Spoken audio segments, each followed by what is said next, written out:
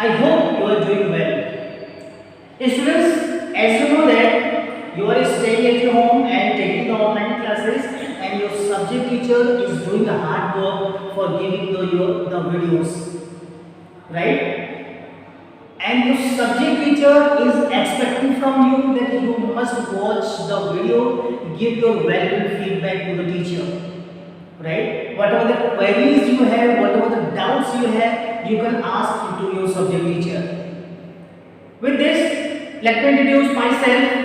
I am your computer science teacher, or you can say information technology teacher, and I am here to give you the most important lecture based on Python programming. Students, in today's video, we will have a practical demonstration session. In the last video, you had the practical demonstration for a component of Python shell, right? You have understood each and everything, and you have given a lots of comments on my YouTube comment box. Students, you can also watch this video and don't skip any part of this video, right, students? Students, in this, the topic is working in script mode. जब हम अपने Python के shell को open करते हैं हम, उस समय जो विंडो आपको दिखाई देती है वो इंटरैक्टिव मोड होती है। इंटरैक्टिव मोड और स्क्रिप्ट मोड दोनों में क्या डिफरेंस है? अगर हमने फाइल टैब पे क्लिक किया, अगर कोई पहले से पाइथन की जो विंडोज है, जो प्रोग्राम्स है, जो बनी हुई है, उसे हम ओपन करना चाहते हैं, कैसे ओपन करें हम? ऐसे ही बहुत सारे सवालों के जवाब आपको इस वीडियो में आपको मिलेंगे। So students, without wasting any of the time, please come to my laptop screen so that I can demonstrate practically each and everything. Okay, please come. Okay students, now I am going to start the class.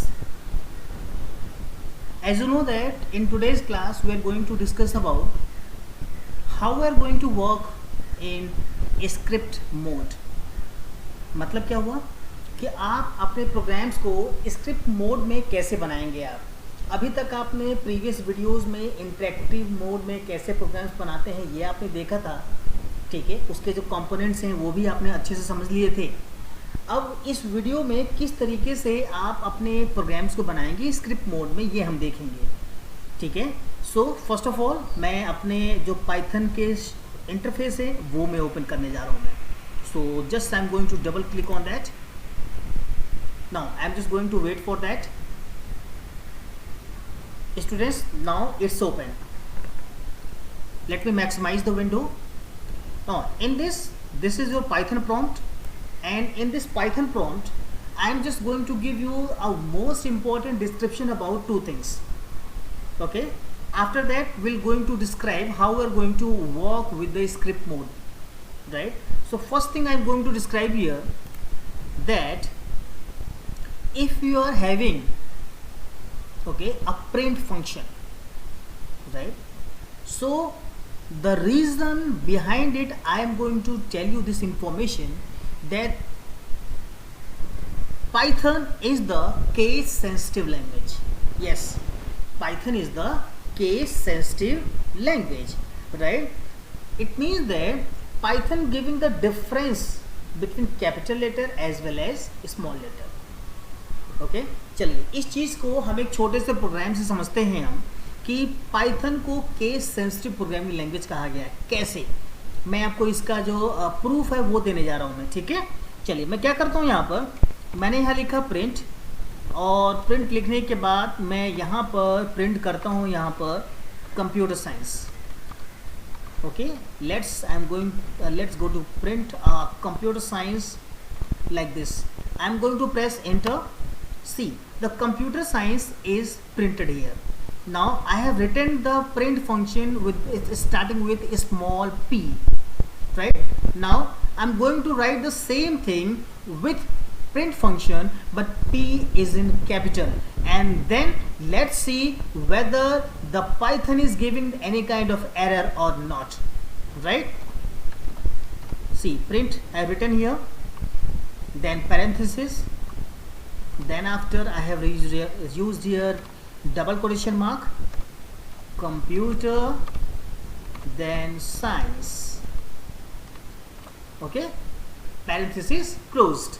Now I am going to press the enter button and let's see is any error is coming or it's also giving the correct answer. See, this is the syntax error came here. This is the syntax error came here. Okay, it means the Python interpreter reads the statement and immediately it is checking that whether it's having any kind of error, so it is giving syntax error. syntax error मतलब कि आपने यहाँ पर small p की जगह capital P आपने use कर लिया है, ठीक है। सो उम्मीद करता हूँ यहाँ पर जो प्रिंट फंक्शन है केस सेंसिटिव है, ये चीज आपको समझ में आ गया होगा आपको, ठीक है। अब हम बात करते हैं सेकेंड इंपॉर्टेंट चीज की, जो कि हम ये बात करेंगे कि अगर हम अपने आईडीएलई को, आईडीएलई मतलब आपके सामने जो इंटरफेस खुला हुआ है, इसको हम पावर शेल तो कहते ही हैं, इसी को हम आईडीएलई भी कहते हैं। I for interactive, D for development, okay, L for learning, E for environment, okay, interactive development and learning environment, right? So this is the full form for that. This interface is also known as IDLE, right? Now how the IDLE worked as calculator? Can you imagine? क्या आप सोच सकते हो कि आपका जो ये power shell है, जो आपका पाइथन शेल है, क्या वो पाइथन शेल आपका एक कैलकुलेटर की तरह काम कर सकता है क्या? चलिए इस चीज को हम चेक करते हैं, इस चीज को हम चेक करते हैं, ठीक है। यहां पर हम किसी भी तरह का प्रिंट फंक्शन यूज नहीं करने वाले हैं। बिना प्रिंट फंक्शन के हम देखेंगे कि क्या ये कैलकुलेटर की तरह काम करता है या नहीं करता है। जैसे मैंने यहाँ लिखा 10 के बाद लगाया स्लैश, फॉरवर्ड स्लैश और यहाँ लिखा 5। अब आप मन में डिवाइड करिए, इसका आंसर 2 आना चाहिए, ठीक है। चलिए देखते हैं 2 आंसर आता है या नहीं। सी आंसर आपका 2 आ गया, ठीक है। इसके अलावा और भी चेक कर लेते हैं हम, जैसे 45/6 आंसर आया 7.5, ठीक है। कुछ मल्टीप्लिकेशन कर लेते हैं, 45, ठीक है, 0.9 इंटू के लिए आप शिफ्ट 8 दबाइएगा।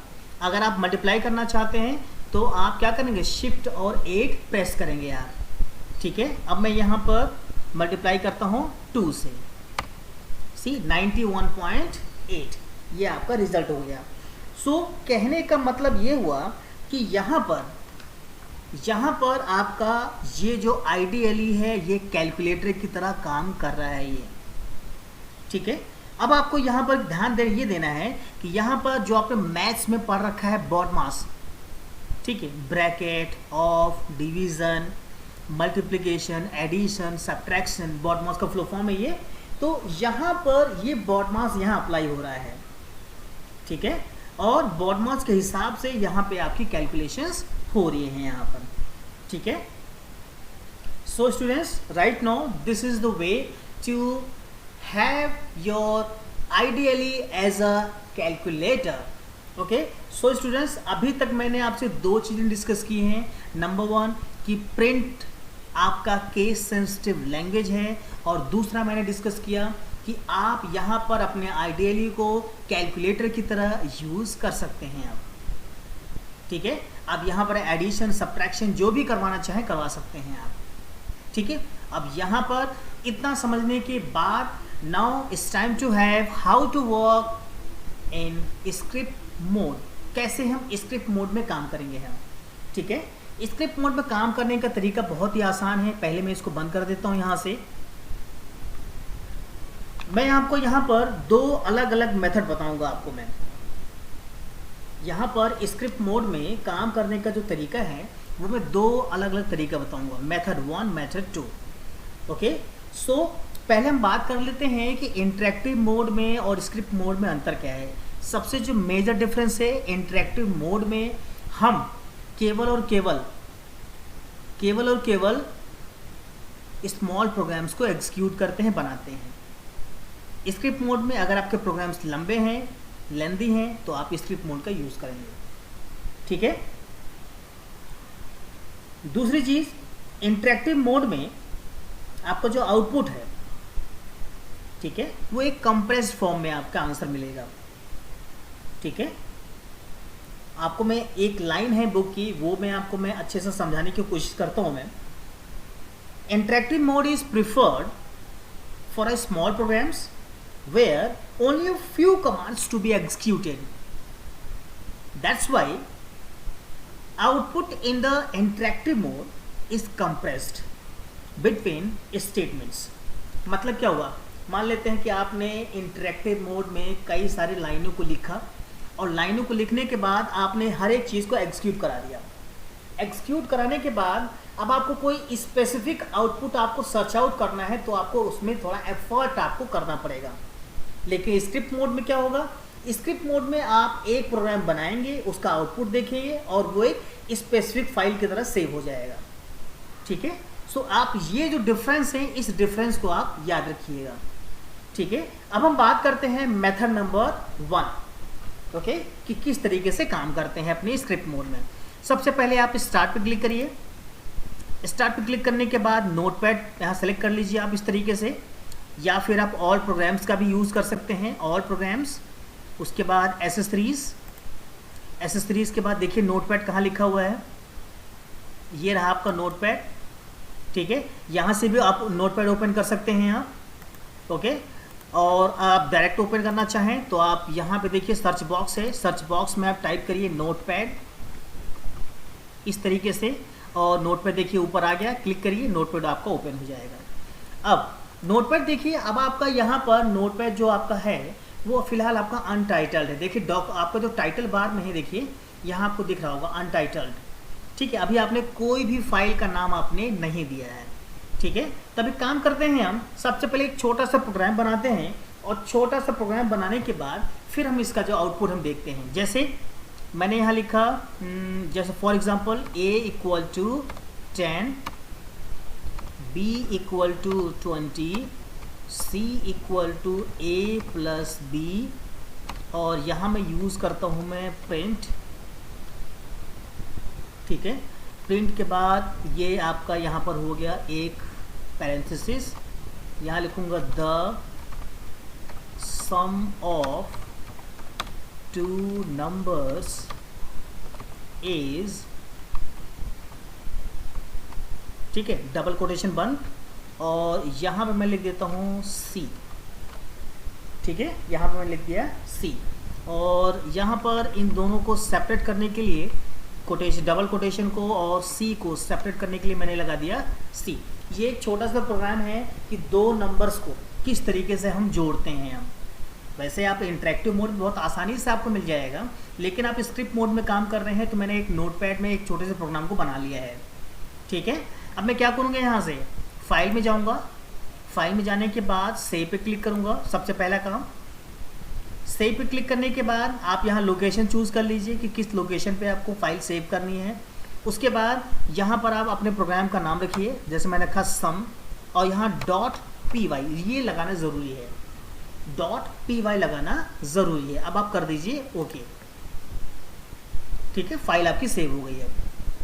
अब फाइल आपका सेव होने के बाद अब बारी आती है कि इस प्रोग्राम को रन कैसे किया जाए, क्योंकि यहाँ पर देखिए नोटपैड खुला हुआ है और कोई भी रन करने का ऑप्शन यहाँ पे अवेलेबल नहीं है, ठीक है। अब एक काम करते हैं, हम इसको यहाँ से हम क्या करेंगे, बंद करेंगे, और इस विंडो को, ठीक है, विंडो को बंद करने के बाद अब आपके सामने डेस्कटॉप पर सम नाम की एक पाइथन की फाइल आपको दिख रही है।